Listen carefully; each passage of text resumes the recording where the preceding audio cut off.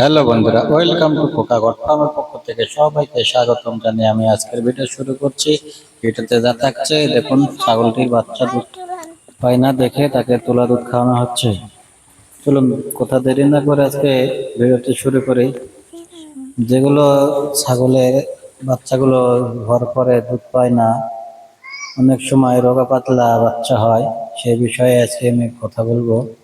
তো দেখুন, আমাদের ছাগলের বাচ্চাটি আজকে হয়েছে। তো আজকের ভিডিওতে দেখুন, অনেক অনেক সুন্দর একটি বাচ্চা। প্রথমবারের মতো আমাদের এই ছাগলে বাচ্চা হলো। তো বাচ্চাটি প্রথমবারের মতো এই দুইটা বাচ্চা দিয়েছে। বাচ্চাটি মোটামুটি অনেক সুস্থ আছে এবং ভালো আছে। দেখুন, ছাগলের বাচ্চা অনেকটাই বড় হতে গেছে, কিন্তু ঠিক মতো ছাগলের বাচ্চা দুধ পাচ্ছে না, তাকে আমরা তোলা দুধ খাওয়াচ্ছি। গরু ছাগলের যেগুলো দুধ পাওয়া যায় আমরা সেগুলোই খাওয়াচ্ছি আর কি। দেখুন, বাচ্চা দুটো অনেক সুন্দর ভাবে দৌড়াদৌড়ি করতেছে, খেলে বেড়াচ্ছে। সুস্থ সবল বাচ্চায় এরকমভাবে খেলাধুলা করে। যে অনেক সময় দেখা যায় যে ছাগলের বাচ্চা ঠিক না, এগুলো প্রথমবার বা বাচ্চা হলে বাচ্চাকে 24 ঘন্টার মধ্যে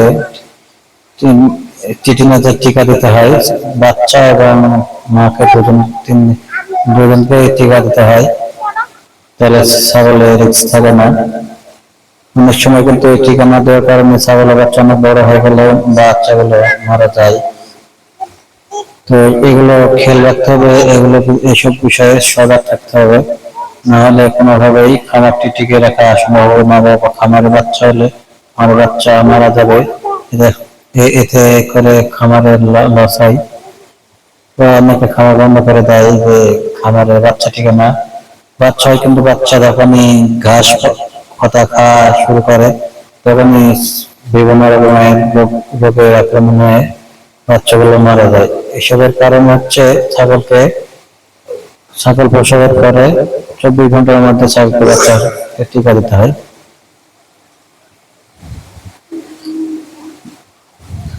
তো আমার ছাগলের বাচ্চাগুলোকে আমি টিকা দিয়ে নিয়ে এসেছি সরকারি হাসপাতাল থেকে।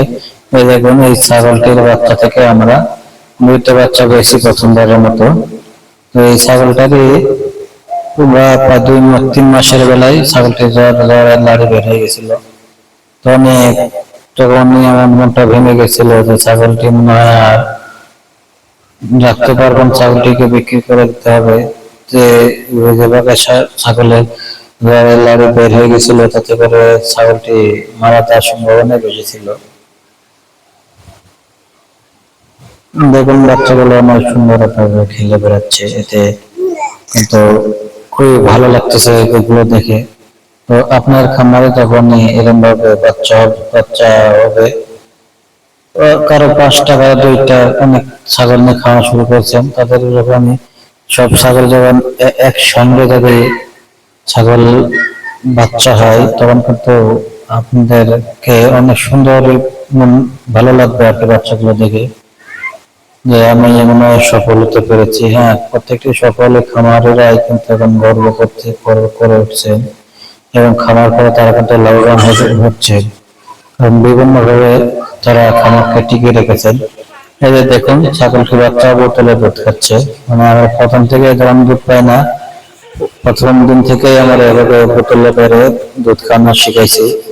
সেই কারণে ছাগলগুলো এই যে বোতল ধরার সঙ্গে সঙ্গে বাচ্চাগুলো দৌড়ে চলে আসে, বোতল দেখার মাত্রই দৌড়ে চলে আসে দুধ খাওয়ার জন্য।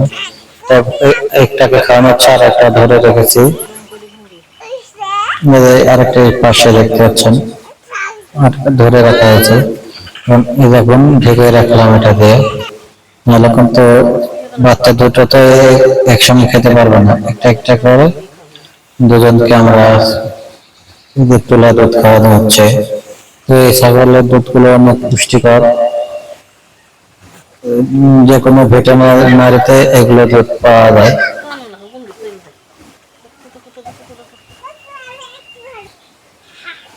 কি সুন্দর ভাবে দুধগুলো খাচ্ছে, চমৎকার ভাবে খাচ্ছে। মানে এদের মায়ের কাছে দুধ খেতে যাওয়ার কোনো এদের আগ্রহ নেই। শুধু দুধ খাওয়ার জন্য আমার ছাগলগুলো পিছন পিছনে ঘুরে বেড়ায়। সবসময় যে তুলা দুধ খাওয়ানোর বসলে ছাগল এগুলো হচ্ছে শখের জিনিস। মানে সব শৌখিন লোক ছাড়া এগুলো পালন করতে পারবে না, পালন করে না। এগুলো শৌখিন লোকের জন্য এগুলো কাজ পশু পাখির প্রতি তাদের ভালোবাসা আছে, তারা এগুলোকে পালন করে। এবং আমাদের দেশে ম্যাক্সিমাম ছাগল শখ থেকে কিন্তু অনেকেই খামার করে সাফল্য লাভবান হচ্ছে। অনেক বিভিন্ন ধরনের ছাগলের খামার করতেছে, তারপরে হরিয়ানা ইত্যাদি ধরনের ছাগল খামার করছে। এই ছাগলটি থেকে আমরা 2টা বাচ্চা পেয়েছি, চমৎকার। ছাগলটা এখন মোটামুটি সুস্থ আছে। ছাগলকে বাচ্চাগুলো রেশার কাছে গেলে দুধ দেয় না, তো ঠ্যাং ধরে থেকে দুধগুলো খাতে হয়, সেমন একটা দুধ পায় না। ওই থেকে দেখতেছেন যে আমাদের সেই রূপসী অনেকটা বড় হয়ে গেছে। আমার খামারে এখন 4টি ছাগল হয়ে গেছে মোটামুটি। ইনশাল্লাহ আমি খামারটি আরো বড় করার চেষ্টা আছে। আমি কোনো কিছু হুটহাট ভাবে করছি না, কারণ আমি এর আগে হুটহাট করে ছাগলের খামার করে বা ছাগল ক্রয় করে আমি ক্ষতিগ্রস্ত হয়েছি। তাই আপনাদের মাঝে বলতেছি, আপনারা হুটহাট করে একটি ছাগল পছন্দ হলো কিনবেন, কিনে নিয়ে আসলেন, এরকম ভাবে করবেন না। কারণ ছাগল কিনলে আবার ছাগলটিকে বিক্রি করতে হবে। ছাগল তো আপনি কিনে এসে খেয়ে ফেললেন বা জবাই করলেন বা মারা গেল, তাহলে তো আপনি একটি ক্ষতিগ্রস্ত হয়ে গেলেন। এগুলো থেকে এড়ানোর জন্য আমি এগুলো ভিডিও করে থাকি, আপনারা যাতে এগুলো জানতে পারেন, বুঝতে পারেন। আমি নিজে একজন এর শিকার হয়েছিলাম, সে কারণে আমি আপনাদেরকে বলছি, খামার করার আগে ভাববেন, অনেকদিন ভর আগে চিন্তা ভাবনা করবেন, করে ছাগলের খামার শুরু করবেন। নাহলে আপনারা ছাগলের খামার করে লাভবান হতে পারবেন না। অনেকগুলো একটি ছাগল হঠাৎ ভাবে কিনবেন না, পছন্দ হবে থেকে শুনে যাচাই বাছাই করে কিনতে হবে। ছাগলের মাংস কতটুকু হবে সে আন্দাজ করে একটি ছাগল ক্রয় করবেন, বা সেই ছাগলকে খামার শুরু করলে অবশ্যই লাভবান হবেন। ছাগল কেনার আগে কিন্তু ছাগলের উলান পালন দেখতে হবে, যে উলান পালন ঠিক আছে কিনা, ছাগলের দুধ কেমন হবে। আমি কিন্তু এগুলো ছাগল ভিডিও করে আপনার মাঝে তুলে ধরার চেষ্টা করি। তো অনেক দিক ছাগলের ভিডিও দিতে পারছি না, তো এভাবে ছাগল চিনবেন, চিনে কিনতে হবে। আমার এই বাচ্চা দুটো হয়েছে, তো আমার অনেক সুন্দর ভালো লাগতেছে। একটি খাসির বাচ্চা আর একটি পাঠির বাচ্চা হয়েছে। তুমি পাঠির বাচ্চা রেখে দেবো খামারের জন্য, আর খাসির বাচ্চাটা তুলে রাখছি। মানে এগুলো কচ জাতের, সে কারণে আমি পাঠা রাখিনি, ছোট জাতের ছাগল এগুলো, সে কারণে আর কি এভাবে রেখে দিয়েছি খাসি করে। দেখুন, এই ছাগলটি থেকে আমি 2টা ছাগল পেলাম প্রথমবারের মতো। তো